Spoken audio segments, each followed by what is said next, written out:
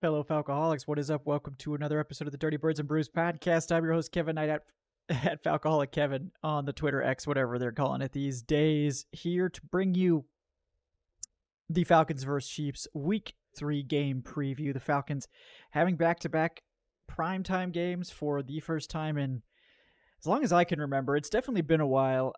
And Falcons also coming off a primetime win for the first time that I can remember in quite a while. So definitely a lot of positive buzz around the team. I don't think we've heard the league media talking so positively about Atlanta in quite some time. Like, kind of universally, obviously helps that the Falcons got their big win against the Eagles in primetime for everyone to see on Monday Night Football. But still kind of a surreal experience, right? Soak it up for the rest of the week, because we got a real tough test coming on Sunday Night Football where the Falcons are heading back home, but they've got to play the defending Super Bowl champion Kansas City Chiefs, who are probably going to be the toughest opponent they will face all season. It's nice that the Falcons get to do this at home, but it's going to be a tough game, no way around it. But I think we all feel a lot better about Atlanta's chances of making this a game after how they handled last week's test against the Philadelphia Eagles in spectacular fashion. So we're going to get into this game, get into the matchups, sort of my ideas for a possible game plan to take on the Chiefs. The defensive game plan is probably going to be prey, but maybe a little bit more detail than that. We'll get into that today, guys. Thanks so much for joining us here. Remember, please like and subscribe. And if you've got more questions after the show's over, please leave those in the comments and we'll get to as many as we can. And before we kick off, I want to bring you guys a real quick word from our sponsor, BetOnline. Folks, BetOnline is the world's most trusted betting platform and your number one source for everything football. BetOnline's got every stat, every matchup, and even live odds and spreads to bet on during the games. I know for the Falcons this week, the spread has moved towards Atlanta after Monday Night Football. Of course it has. The Falcons are now 3.5 point home underdogs to the Chiefs, which honestly feels pretty fair. I think that's pretty respectful of the Falcons, honestly.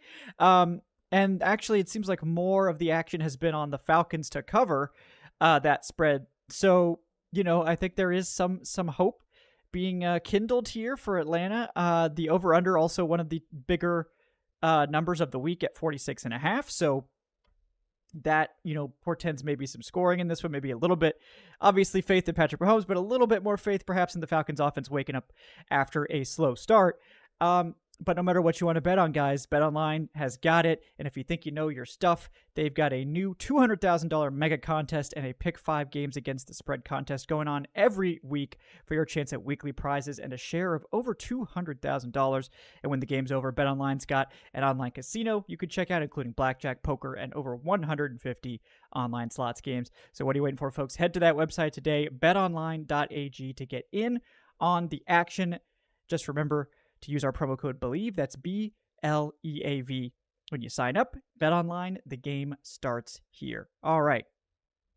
So moving to week 3, the Falcons going up against the Kansas City Chiefs on Sunday Night Football in Atlanta. Primetime game in Atlanta. It's exciting. I think, we talked about this a lot, like last week, honestly, like how it was very likely that the Falcons were going to be going into this showdown against the 2-time defending Super Bowl champions, 0-2, and just how difficult that was going to be for this team to dig out of, right? 0-2 is soul crushing. It's not the start that anyone wants.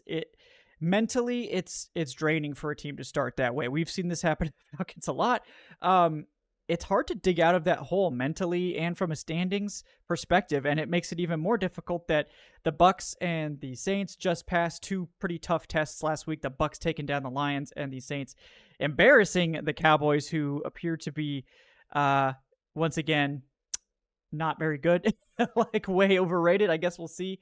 And it's 2 weeks in, so we don't really know the true state of any of these teams yet, but you would be down 2 games already after 2 weeks in the NFC South if you didn't get that miracle on Monday night. But the Falcons do get the miracle on Monday night. And honestly, they look like they belonged against the Eagles. They weren't getting blown off the field. They obviously, Eagles missing A.J. Brown made the passing game easier to defend, but that Eagles rushing attack, you've heard me say it, probably the most difficult rushing attack to defend in the NFL. I think they will probably be the NFL's number one rushing offense, if not close to it, by the time things are wrapped up. I think right now they're like 8th technically, but I mean they're going to be one of the best in the NFL without a doubt. And I think they're uniquely hard to defend because of Jalen Hurts and just how good of a runner he is.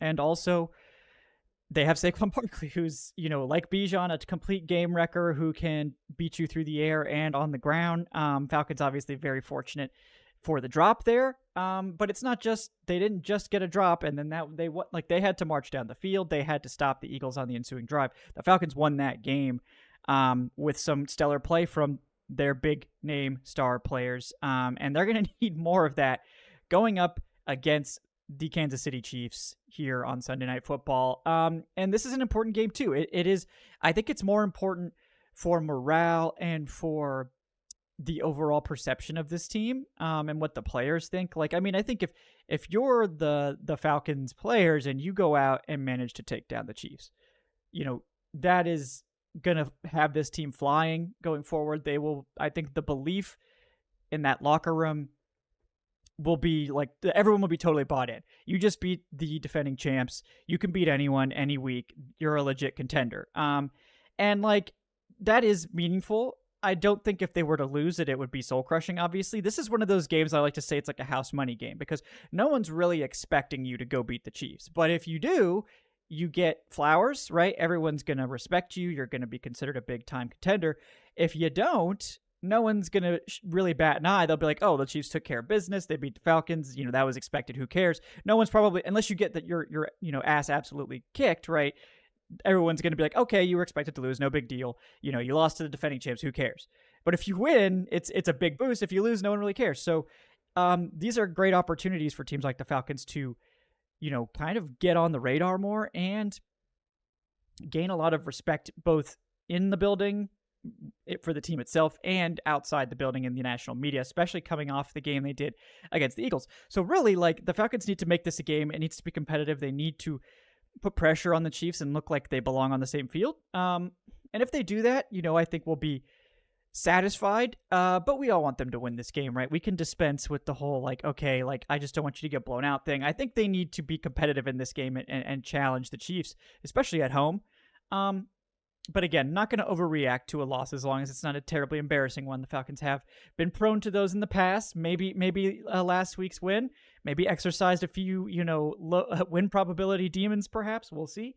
But getting to the matchups in this one, let's start with the Falcons offense versus the Chiefs defense. And I think this is where the Falcons do have an opportunity, given the way this is sort of looking on paper.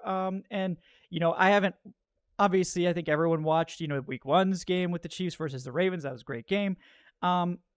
Didn't watch a ton of Chiefs versus Bengals last week because I was traveling at the time. I did see like the end of the game and, all of the stuff that happened then. But like the short takeaway is that the Chiefs defense is good, but it's not unbeatable. It's not, I think, as good as it has been. And I think last year in particular, this was one of the NFL's best defenses top to bottom.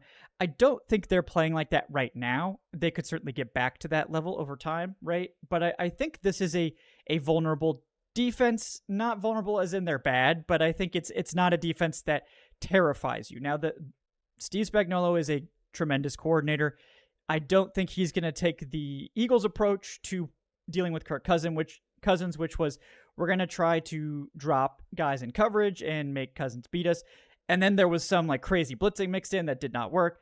The Chiefs are going to be able to generate more pressure than the Eagles. The Eagles defense right now is a huge enigma to me because I think they have all the talent to generate pass rush and they're just not doing it. Like, they've got Jalen Carter, they've got Jordan Davis, they've got a lot of good interior guys. They've got what should be a deep edge rush rotation, and they're just not getting pressure. They weren't able to do it against the Falcons. I think that's partially because I think Atlanta's offensive line is pretty good, right? I think obviously we know Jake Matthews, one of the best pass protecting left tackles in the NFL.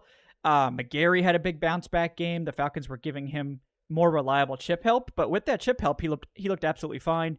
Lindstrom bounced back in a big way, dominated his matchup. Drew Dahlman had a tremendous game. Matthew Bergeron had a good game. So this offensive line bounced back after a tough week one. They're going to have their hands full once again in this one. We have to worry about Chris Jones, who is, if not the best, like, sort of 3-4 defensive end, hybrid defensive lineman. Like, Chris Jones has a claim on being the best defensive lineman in the NFL. He's a tremendous player. Big fan of Chris Jones. The Falcons will have to find a way to deal with him, whether he's lining up outside or inside. He does move around for this Chiefs defense wherever they need. The Chiefs have gotten, I think, good play out of George Karlaftis, who has definitely come on as a good player. I think outside of Chris Jones and George Karlaftis, the Chiefs aren't as deep, I think, as they have been on the defensive line. This is not a bad defensive line by any stretch, but I think, you look at this depth chart, Mike Pennell, a solid nose tackle, former Falcon, actually, but, Derek Nottie has had kind of a bad start to the season. And, there's a lot of, unproven guys here. I think, Tershawn Wharton is actually starting right now over Derek Nottie. And they've got Fabian Lovett, who is a guy I liked coming out of the draft as like a nose tackle, but again, they've got Mike Pennell starting there. And they've got some interesting players in here. Charles Omenihu is on PUP, unfortunately. So he's not playing right now for the Chiefs, so that hurts their depth on the edge. They do have George Karlaftis, and they've actually been playing Leo Chenal quite a bit out, like, as an edge rusher. Kind of interesting. He's kind of an off-ball linebacker. It's Caden Ellis type of guy, right? A guy that plays off ball, but also drops down and plays some edge rusher. So he's someone they're going to have to deal with as well. But this defense, particularly the defensive line, has been very vulnerable against the run. That's kind of the only blemish on Chris Jones' season so far. He has not defended the run well. This linebacking core has struggled against the run so far. This is a group that has not defended the run well in the defensive line. So this is an opportunity, I think, for the Falcons rushing attack to have a good game, like to really carry this one. Right now, the Kansas City Chiefs are allowing, let me pull this up real quick, they're allowing the 17th most rushing yards per game. Doesn't sound like they're having too many issues, right? If you look a little bit closer, and I always recommend people do this, look at the per carry or per attempt stats. That's going to tell you a little bit more detail. It's going to, especially early in the season when there's a lot of volume stats that are going to be kind of funky and going to be jumping around a lot because every data point you add makes a big difference. The Kansas City Chiefs are allowing 4.8 yards per carry, and that's more like 21st. So they're a below average run defense. Not terrible, but 4.8 yards per carry is a lot. And that's something that we could see this Falcons defense take advantage of, Falcons offense take advantage of, going after the Chiefs in the run game. Looking at the rest of the Chiefs defense, they've got really good. Trent McDuffie is fantastic. Absolutely dynamite cornerback. He can play inside. He can play outside. I assume he's going to be lined up on Drake London most of the time. And then I think the Chiefs have really found, a diamond in the rough in Jalen Watson, their former 7th-round pick from 2022. He's been a quality player. Again, not someone that you're really afraid of, but someone that's been a solid guy. And a cornerback, too, you get in the 7th round. You're happy with that. They also got Chamari Connor, who I believe is playing nickel for them. And Connor had a pretty good season last year in 2023. Struggled a bit more to open this one, particularly as a run defender. So, again, like, I think the Falcons are probably going to want to get the Chiefs in nickel. That's what they did last week against the Eagles. They tried to get them in as much nickel as they could. They went 3 wide receivers the whole way with 1 tight end. And I think they're going to want to spread them out. Try to get, the lighter box out there and try to pound the rock and hit big plays off play action. The safety group on paper should be good. They haven't had the best start to the season, but it hasn't been a huge problem. We know Justin Reed, very good safety. And then Brian Cook, a former draft crush of mine, from a few years ago, right? He has been playing solid football for the Chiefs as well. This isn't, quite the Reed, Honey Badger duo that it was in years past, but it's still a good duo.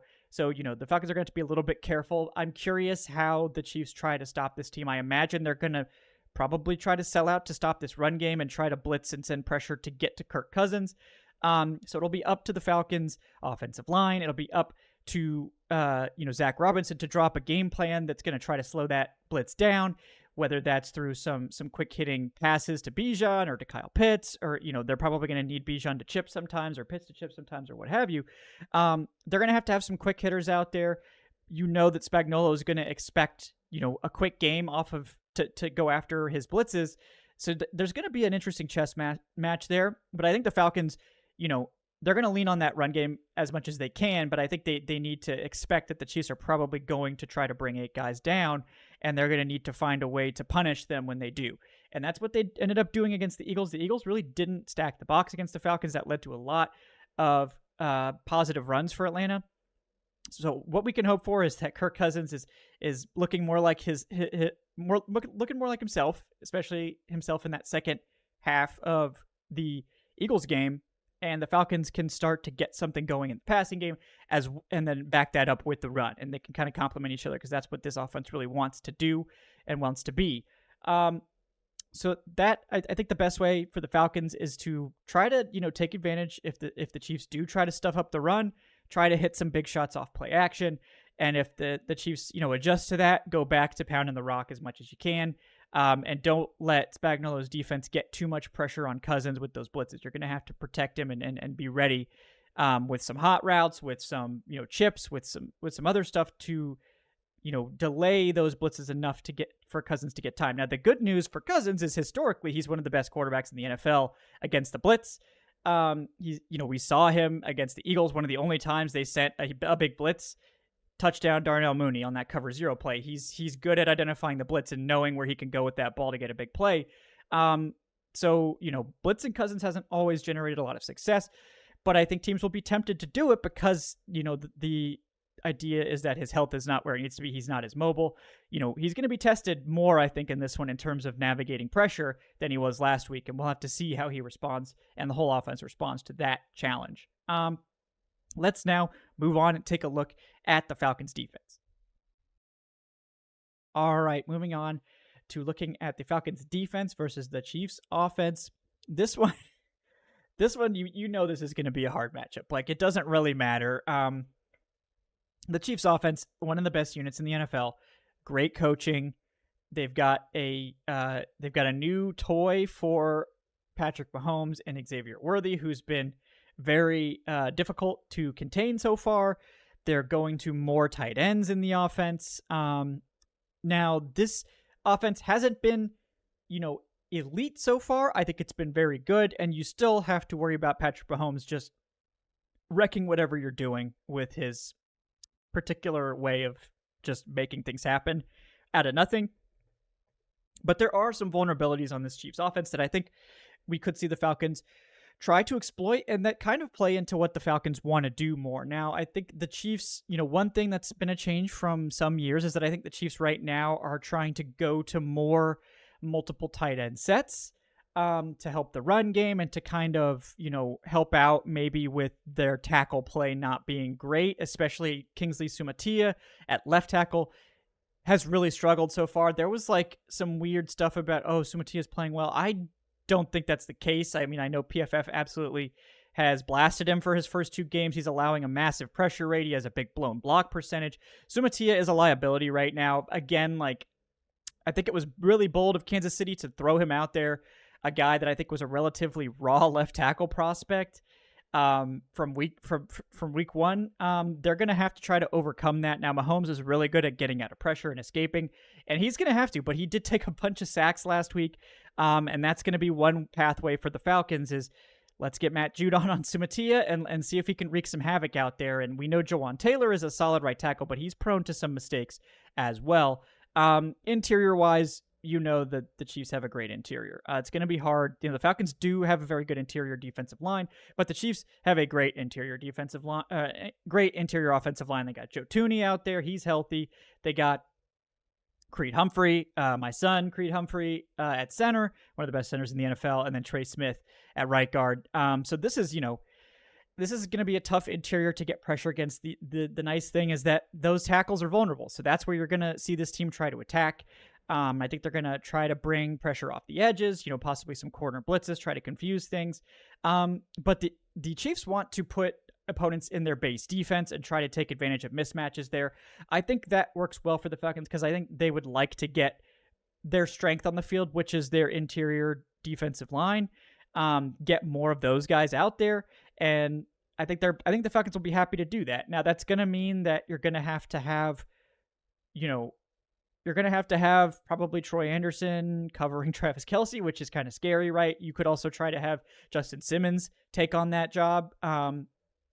The one thing that the Falcons are probably going to benefit from in this game, right, is that Isaiah Pacheco, the Chiefs' star running back, he's on IR. So they're going to have to go to undrafted rookie Carson Steele to be their probably early down back with Samaje Perine as the third down back. We'll see who gets the majority of the carries, who takes over. I personally claimed Samaje Perine in pretty much all leagues because, first of all, everyone was trying to claim Carson Steele. Second of all, I think Perine is the veteran that could actually end up getting more of the work because he's got the experience, and he's a good third down player. He was already the Chiefs' third down back in some situations. So, we'll see who ends up getting the start and who actually ends up getting the majority of the carries. But either way, Pacheco's a big loss. He's a great battering ram running back who's just really shifty and knows where to go with the ball. Pacheco's a big part of what they do, and losing him is going to hurt. It's going to hurt their run game. It's going to make it harder for them to do a lot of the things that they want to do on the ground. Even though I think, their offensive line is good enough that I'm sure they could block up a decent game for anyone. This isn't like the Falcons are going to be going against Saquon Barkley and having to worry about that. So things are going to be a bit easier for them this week than they were last week against the Eagles, certainly. The other side of the coin is, this is the biggest test the Falcons secondary is going to have, of the season. They haven't really been tested much. In week 1 against the Steelers, the Falcons went up against George Pickens, who definitely picked on Terrell, still had less than 100 yards, and the Steelers passing game as a whole was not successful. Last week against the Eagles, no A.J. Brown, and Devontae Smith, had some nice catches, but again, that passing game was largely held down by this Falcons secondary, and of course, the Falcons secondary ends the game with the Jesse Bates interception at the end. So this week, Falcons get Rashee Rice, who has emerged as the wide receiver 1 for the Chiefs. He's been great so far, so that's going to be a tough matchup for whoever draws that. And then Xavier Worthy, the exciting rookie, probably going to be the other receiver.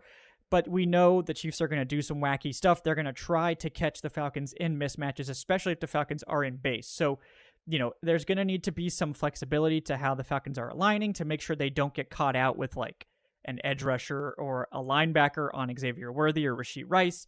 And then how do they cover up Travis Kelce? Now, it's pretty clear that Kelce's not as dynamic as he once was. I think this is the first year that we're kind of seeing stuff catch up with him in terms of his age. But Kelce is still a great pass catcher. He's still very savvy at finding the space in the zone, sitting down and providing a target for Patrick Mahomes. So me personally, I would be like Justin Simmons. You've been here before. You know what Patrick Mahomes does. You've picked off Patrick Mahomes more than anyone else. You know how this goes. You go cover Travis Kelce. And we're going to, you're going to keep an eye on Kelce, and we're going to have Bates sort of, be watching everybody else. And we're probably going to have the linebackers, watching the other tight end and the running back out of the backfield. I think I feel better with Justin Simmons going against Kelce, given how experienced he is in that matchup. I trust him the most of anyone. That would be how I play it. But I think, given that the Chiefs' run game is going to be down Pacheco, you're probably playing, more 2 deep stuff. Maybe the Falcons even go to a 3 safety look at some point to get another deep safety or another cover man back there. Because I think the biggest danger of this offense is, Rashee Rice and Xavier Worthy getting those big plays. So yeah, I mean, that's the way I would do this. I think, Mike Hughes has had a tremendous start to the season. He's also had to cover some receivers that are not necessarily the most dangerous in the NFL, right? He's done a great job at it. I think he's allowed like 6 yards on 7 receptions or something. So, he's been playing the run terrific. So, Hughes has been good. He's going to be tested a lot more, whether he's on Rashee Rice or Xavier Worthy this week. Going to be a much tougher test. Terrell, we need Terrell to really show up this week. Like, I think last week against the Eagles was a bit better. But, week 1 against Pickens, he got his, he got his ass kicked by George Pickens. So we're going to need more there. We know Terrell's a better press man corner. The Falcons haven't really found something that he's super comfortable in yet. He still looks a little bit hesitant. He's trying to transition back to that zone coverage role. I think he's certainly capable of doing it. He just seems like he might need a little bit more time to really adjust. And, I wouldn't be surprised if the Falcons do some stuff like letting Terrell play press man on his guy, and then they have the rest of the defense play zone or something like that. They might create some interesting packages where they sort of let him do what he's best at and let the rest of the defense play more zone. But, we'll see how that develops over the course of the season. I think the biggest thing to watch is, like, do they have Terrell try to guard Rice one-on-one and then give Hughes safety help over the top on Worthy, or do they put Hughes on Rice and then have Terrell try to lock up Worthy? I think I'm not sure the best course of action there, but I think either one is interesting. And then I think the Falcons are just going to hope that they can get pressure off the edge on Kingsley Sumatia and Jawan Taylor and try to not bring extra guys, maybe rush 5, maybe rush 4, not bring too many on the blitzes to try to keep guys back there in coverage to keep Mahomes from dicing them up on the back end. So, we'll see how the Falcons play it, but I think the best path is to take advantage of those tackle matchups, let Judon get out there and let's see if Judon can wreck the game against Sumatia, or at least force the Chiefs to keep a tight end in there to chip. And then, hopefully your interior can get some stuff done and keep Mahomes from getting too comfortable, and have an answer for when he starts to scramble and get out there, where your guys know, like, okay, like, you just have to be prepared, because the play is not over when Mahomes gets pressured, right? He's going to break out. So you have to maintain discipline on the back end through the whole play. And that's going to be the biggest challenge for the Falcons. It's the biggest challenge pretty much for every defense here, which is you can't lose track of guys. You have to cover longer than probably any other team, watching, for Mahomes to try to make magic happen after the first 3, 4, 5 seconds of a play if he escapes the pocket. So that's going to be a really interesting matchup to watch. I do think the Falcons defense is actually pretty good. I obviously week 1 against the Steelers, that's not a very intimidating opponent, but the Steelers ran the ball against the Falcons over 40 times and they held up. Last week against the Eagles, that is a uniquely difficult defense to defend. They didn't have A.J. Brown, so the passing defense wasn't as tested, but the run defense was absolutely tested. And, they did give up yards, and it was not necessarily pretty, but they didn't let the Eagles take over the game on the ground. They did what they needed to do. And, the hope is that they're probably not going to play a rushing attack as good as that Eagles rushing attack for a very, very long time. Maybe not again this season. So, hopefully Nate Landman will be back by then to help that unit out. But guys, thank you so much for joining us here on the Dirty Birds and Brews podcast. This is going to be a really interesting game. I'm much more excited to watch this game now, coming off that Monday Night Football win, because look, if the Falcons do lose this game, it's not the end of the world. No matter what, the following matchup against the Saints in week 4 is absolutely critical. That's going to be a huge game. I mean, every game against the Saints is a huge game for a multitude of reasons, right? But that's going to be a critical game for this team. It would be nice if they could come in off a huge win over the Chiefs, the defending champs, in their home stadium. This does start a 3-game homestand for the Falcons, where they're going to be against the Chiefs, then against the Saints, then against the Bucs, right? So, they're going to be able to have an extended home stay, and they need to I would say they need to win 2 out of the next 3.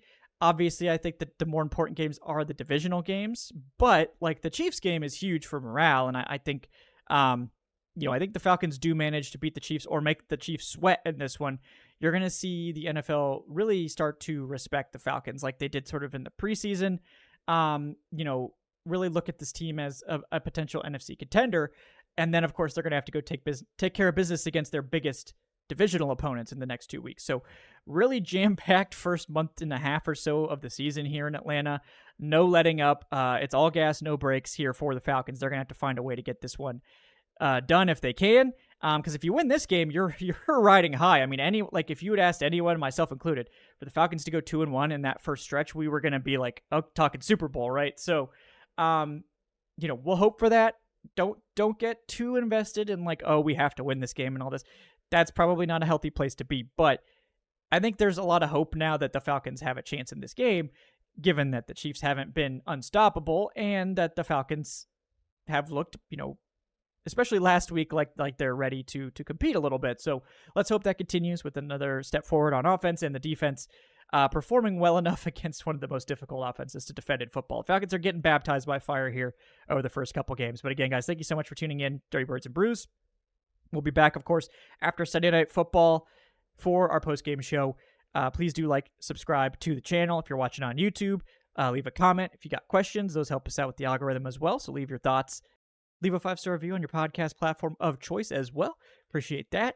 If you want to support the show, you can check us out on Patreon. You can check us out on the YouTube channel memberships. We appreciate that. You get some cool perks from those as well. Check out the community Discord server. Check out thefalcoholic.com for that tremendous written content. And we will see you guys on Sunday night for the post-game coverage of Falcons versus Chiefs in Week 3. So thanks, guys. Enjoy your weekend. We'll see you Sunday night. Have a good one.